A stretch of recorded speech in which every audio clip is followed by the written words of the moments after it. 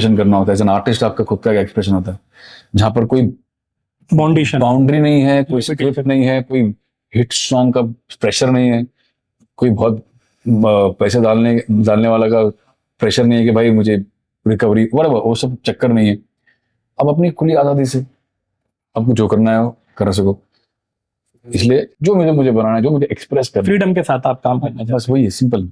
एक सवाल और ये था कि बहुत जबरदस्त कुछ म्यूजिक है जो उतना पॉपुलर नहीं हुआ जितना आपका दूसरा म्यूजिक कामयाब हुआ, जैसे जिंदा हूँ यार, कमाल का गीत है, फितूर का म्यूजिक है और उसमें मेहनत तैयारी दिखती है, बट जब कोई ऐसा म्यूजिक आपका अनएक्सपेक्टेडली सुपर हिट हो जाता है, जैसे कला के सॉन्ग्स हैं, बलमा घोड़े पे सवार है और बिखरने का मुझको, तो फिर आप कैसे देखते हैं उसको? मोती वेराना चौक मा आव्या अंबे मां, चौक मा जगमग ठारे आव्या अंबे मां। Rabindranath Tagore University Bhopal, only private university in MP to be NIRF ranked for 5 consecutive years. जहां है 600 से ज्यादा company tie-ups for placements, Atal Incubation Center for nurturing startups, Industry Academia collaboration for exposure of real industry world, 20 centers of excellence for research, साथ ही Global Festival विश्व रंग में शामिल होने का अवसर देता है। Rabindranath Tagore university, unlocking potential. नमस्कार, एमपी लाइव न्यूज में आपका स्वागत है और मैं हूं अजय सिंह सिसोदिया। और आज के इस खास स्पिरिचुअल इंटरव्यू में मेरे साथ है मेरे पर्सनल फेवरेट, कई लोग ये भी मानते हैं कि ए आर रहमान साहब के बाद जो सबसे बड़ा म्यूजिक में नाम है वो है अमित त्रिवेदी का। अमित जी, आप मेरे पर्सनल फेवरेट है। बहुत देर होगी मेहरबा आते आते भोपाल, और बहुत खुशी हो रही है आपके साथ बैठ के। मेरा पहला सवाल आपसे कि आप एक स्पिरिचुअल इंसान हैं? जी बिल्कुल बिल्कुल। आपके संगीत में भी कई बार झलकता है। जब आप केदारनाथ का म्यूजिक आपने कंपोज किया था, नमो नमो, और आपने डिवोशनल सॉन्ग से शुरुआत भी की थी, जिंगल्स भी थे, तो आप किस रूप में परमात्मा को या ईश्वर को देखते हैं? मैं तो ओमनी प्रेजेंट है बेसिकली। मैं हर रूप में देखता हूँ एक्चुअली। मैं मेनली अपने कर्मा और एक्शंस पे देखता हूँ। मुझे पता है कि मैं जो भी कर रहा हूँ, जो भी मेरे एक्शंस है, आई एम अकाउंटेबल, और मुझे उसका हिसाब देना है, तो मैं उसके हिसाब से ही अपना हर काम करता हूँ। बिकॉज मैं बहुत ज़्यादा स्पिरिचुअल हूँ और मैं बिलीव करता हूँ यूनिवर्सल लॉ में, यूनिवर्स में। और जिस रूप में भी आप भगवान को देखना चाहो, जिस रूप में भी आप देखना चाहो, सबके अलग अलग है, मेरे अलग है। तो और उनका आप किस रूप में देखते हैं? मैं आई थिंक संगीत के थ्रू देखता हूँ, मैं अपने म्यूजिक के थ्रू देखता हूँ। मेरे म्यूजिक के थ्रू में बहुत ज़्यादा मेडिटेटिव और स्पिरिचुअल स्पेस में रहता हूँ, और मुझे उसमें भगवान दिखते हैं।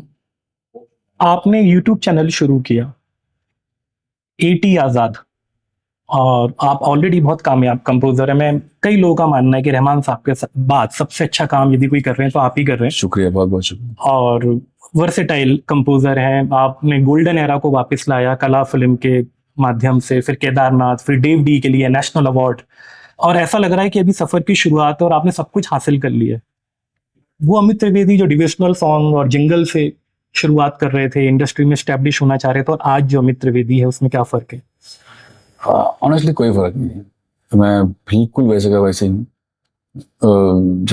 जब मैं शुरुआत की थी म्यूजिक में, तब से लेकर आज तक वैसे कोई बदलाव नहीं है। बिकॉज प्यार किया, when you fall in love with someone, अब जिस दिल से चाहने लगते हो, जिस दिल से प्यार करते हो इस चीज से, उसके साथ आप जिंदगी भर निकाल सकते हो। म्यूजिक वही चीज है। 13 साल का उम्र का था मैं, और मुझे बेइंतहा मोहब्बत हो गई थी म्यूजिक से, इश्क हो गया था मेरे। आज तक वो आशिकी बरकरार। तो ट्रिगर पॉइंट क्या था जब आपको म्यूजिक से इश्क हुआ? क्या वो चीज थी? बहुत सी चीजें थी। मेनली तो कहूँगा ए आर रहमान साहब, जैसे आपने उनका नाम लिया, मैं तो बहुत बड़ा भक्त हूँ उनका जी। मेरे लिए तो वो भगवान की तरह ही है। मुझको जब रोजा सुना था मैंने पहली बार, फिर त्रिड़ुआ आई, फिर रंगीला आई, बैक टू बैक उनकी जो फिल्में आई ना, मेरा सोचने का म्यूजिक की तरफ नजरिया, सोचने का तरीका पूरा बदल चुका है। मतलब वाह, ये कुछ नया है, कुछ अलग है। मैं भी बचपन से मुझे वो कुछ नया और एक्साइटिंग करने का ही, और कुछ ऐसी कुछ चीजें अट्रैक्ट करती है जो है नहीं, जो बहुत कम है, जो वो रेयर है और जो यूनिक है। ये चीजें मुझे बचपन से ही अट्रैक्ट करती थी। तो ये चीज बहुत नेक्स्ट लेवल पे अट्रैक्ट कर गई थी। और मैं बहुत बड़ा भक्त और दीवाना बन चुका था, आज तक हूँ। वही चीज मैं अपने काम में भी करने की कोशिश करता हूँ। ईटी आजाद का आपका क्या पर्पस है?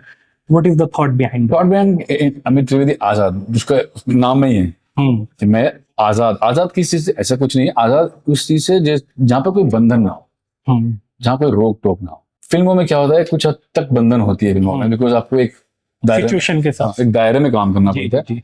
और सिचुएशन होती है डायरेक्टर की, फिर प्रोड्यूसर्स के प्रेशर्स होते हैं, लेबल्स के प्रेशर होते हैं, बिकॉज उनको सिर्फ हिट सॉन्ग्स ही होते हैं, बिकॉज पैसे डाले।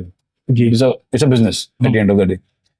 तो मुझे ये जो इसका ही हिस्सा हूं मैं ये करते आ रहा हूँ, पर कभी कभी उस रट से बाहर निकल के अपने को आप खुद भी कुछ एक्सप्रेशन करना होता है। एज एन आर्टिस्ट आपका खुद का एक्सप्रेशन होता है, जहां पर कोई फाउंडेशन बाउंड्री नहीं है, कोई स्क्रिप्ट नहीं है, कोई हिट सॉन्ग का प्रेशर नहीं है, कोई बहुत पैसे डालने वाला का प्रेशर नहीं है कि भाई मुझे रिकवरी वो सब चक्कर नहीं है।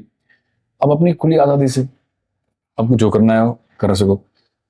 इसलिए आज़ादी, इसलिए मैंने नाम दिया, बिकॉज मैं आज़ादी से जो मुझे बनाना है, जो मुझे एक्सप्रेस करना है, फ्रीडम के साथ आप काम करना बस वही है, सिंपल।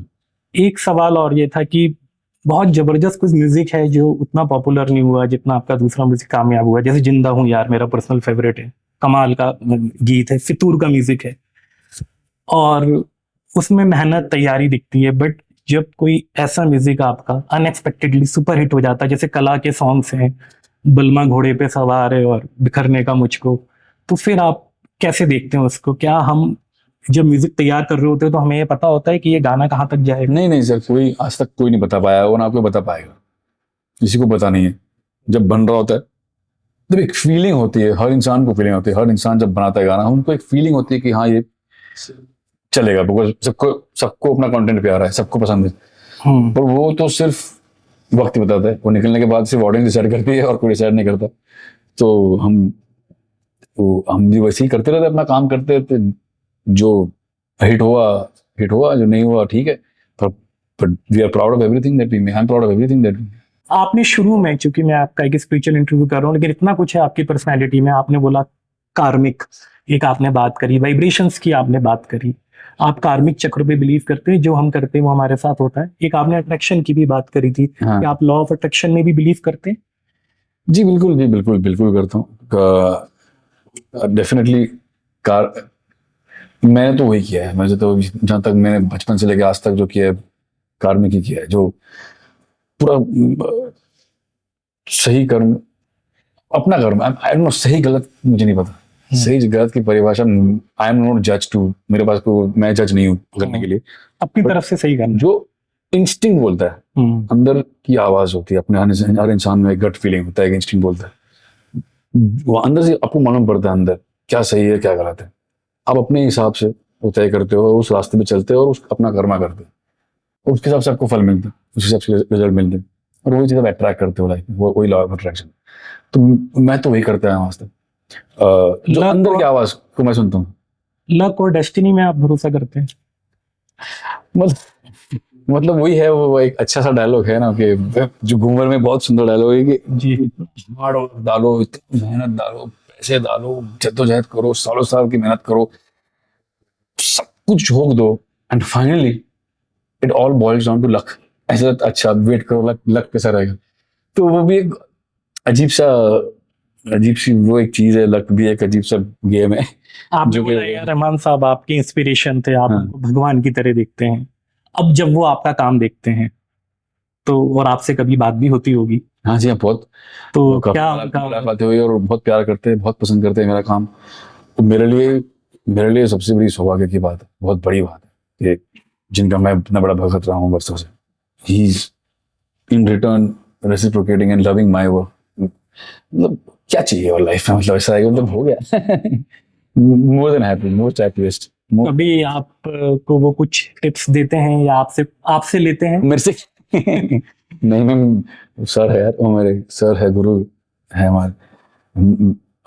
हम टिप्स मैं सीखा हूँ उनसे, सीखा हूँ सुन के, उनका म्यूजिक सुन के इतना कुछ सीखा हूँ, इतने सीखा हूँ कि दैट्स व्हाई मैं उनको डायरेक्टली तो नहीं, पर इनडायरेक्टली मैं उनको गुरु ही मानता हूँ। अभी आप बहुत कामयाब सिंगर भी हैं, कंपोजर भी हैं, दोनों ही पार्ट में हैं। कौन सा पार्ट आप ज़्यादा एंजॉय करते हैं, एज अ सिंगर या एज अ कंपोजर? मुझे पहले से कंपोजिंग और क्रिएशन में ही सबसे ज़्यादा रुचि रही है, और मैं वही मेरा एरिया ऑफ इंटरेस्ट ज़्यादा है, तो आज तक वही। कोई स्पिरिचुअल पर्सनैलिटी जिनको आप फॉलो करते हैं?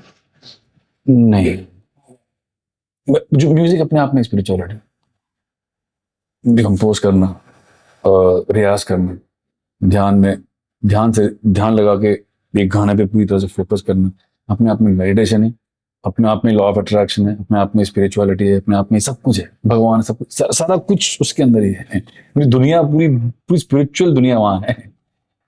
अब आपकी पर्सनालिटी बहुत क्लीन है, आप सोशल मीडिया पे कुछ ऐसे डिस्प्यूटेड कमेंट्स आपके आते नहीं हैं, आप कहीं ऐसे दिखते भी नहीं हैं, कहीं ना कहीं आप म्यूजिक तो बना रहे हैं लेकिन अपने आप को रिजर्व भी रख रहे हैं, तो आप ये दोनों चीजों में बैलेंस कैसे क्रिएट कर पाते हैं?